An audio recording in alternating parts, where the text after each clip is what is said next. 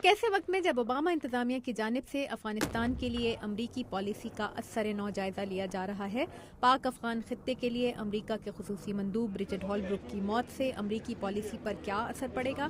افغانستان میں امریکی سفیر کارل آئکن بیری کہتے ہیں کہ امریکہ کی خارجہ پالیسی کا کنٹرول امریکی صدر کے سوا کسی دوسرے کے پاس نہیں ہے۔ Let me make clear, though, that the president's strategy. میں یہ واضح کر دوں کہ امریکی صدر اور حکومت کی حکمت عملی کسی فرد واحد کی حیثیت یا اہمیت سے بڑھ کر ہے، چاہے اس کا تعلق اسٹیٹ ڈپارٹمنٹ سے ہو یا امریکی فوج سے۔ ہم اسی پر عمل کرتے ہیں جو امریکی صدر کی حکمت عملی ہوتی ہے، اور اس سے کوئی فرق نہیں پڑتا کہ ہم کون ہیں۔ That's the president's strategy. Karl icon بیری نے کابل میں وائس آف امریکہ کو ایک انٹرویو میں کہا کہ گزشتہ ایک سال کے دوران افغانستان کے کئی اہم علاقوں میں طالبان کا زور ٹوٹا ہے اور حکومت، معیشت اور انفراسٹرکچر میں بھی بہتری دیکھنے میں آئی ہے۔ لیکن امریکی سفیر کا کہنا تھا کہ امریکہ اور نیٹو قیادت نے افغانستان کی سیکیورٹی کی ذمہ داریاں افغان اداروں کے سپرد کرنے کے لیے جولائی 2011 کے بجائے 2014 کی تاریخ طے کی ہے۔ The very important date. ایک بہت اہم تاریخ جو 2 ماہ پہلے لزبن پرتگال میں نیٹو اور آئی ایس ایف کے اجلاس میں طے کی گئی، جس میں صدر کرزئی بھی شریک ہوئے تھے۔ اس میں فیصلہ کیا گیا تھا کہ افغانستان کی فوج اور پولیس 2014 کے آخر تک، یعنی 3 سال بعد، اپنے ملک کی سیکیورٹی کی ذمہ داریاں خود سنبھال سکیں گے۔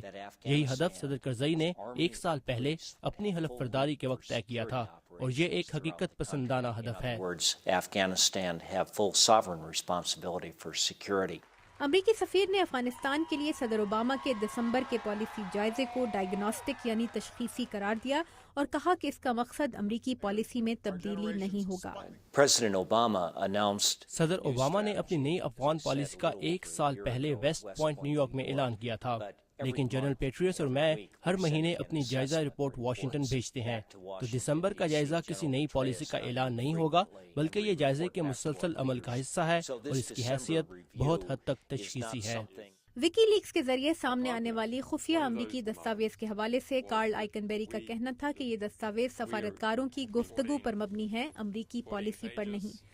تاہم خارجہ پالیسی کے بعض امریکی ماہرین کا کہنا ہے کہ وکی لیکس کے ذریعے سامنے آنے والی دستاویز بھی یہ بتاتی ہیں کہ امریکہ کے طرز سفارتکاری میں تبدیلی کی ضرورت ہے۔ ڈیرک لیبرٹ امریکی خارجہ پالیسی کی تاریخ پر ایک کتاب لکھ چکے ہیں، اور ان کا کہنا ہے کہ امریکہ کو افغانستان کے معاملات میں غیر ضروری مداخلت سے گریز کرنا چاہیے۔ Do not get in deeper and do not expect. زیادہ آگے مت جائیں، زیادہ کامیابیوں کی توقع مت رکھیں، کیونکہ اگر کامیابی ملی بھی تو میرے خیال میں مختصر مدت کی ہوگی۔ ہم نے پہلے بھی کئی بار دیکھا ہے کہ ہم نیشن بلڈنگ کے کام میں لگ گئے، اور افغانستان میں بھی امید نہیں ہے کہ یہ حکمت عملی درست ثابت ہوگی۔ Similarly unlikely to prove out here. Afghanistan اور پاکستان کے لیے رچرڈ ہولبروک کی جگہ ان کی ذمہ داریاں عبوری طور پر ان کے نائب فرینک روگیرو کو سونپی جا رہی ہیں، جنہیں اس ہفتے افغانستان کے حوالے سے ہونے والے اہم پالیسی اجلاسوں میں شرکت کرنی ہے۔ لیکن ماہرین کا کہنا ہے کہ رچرڈ ہولبروک کی موت امریکی سفارتکاری کے اہم ترین مورچے افغانستان کے لیے ایک ناقابل تلافی نقصان ہے۔ تابندہ نعیم، اردو VOA، واشنگٹن۔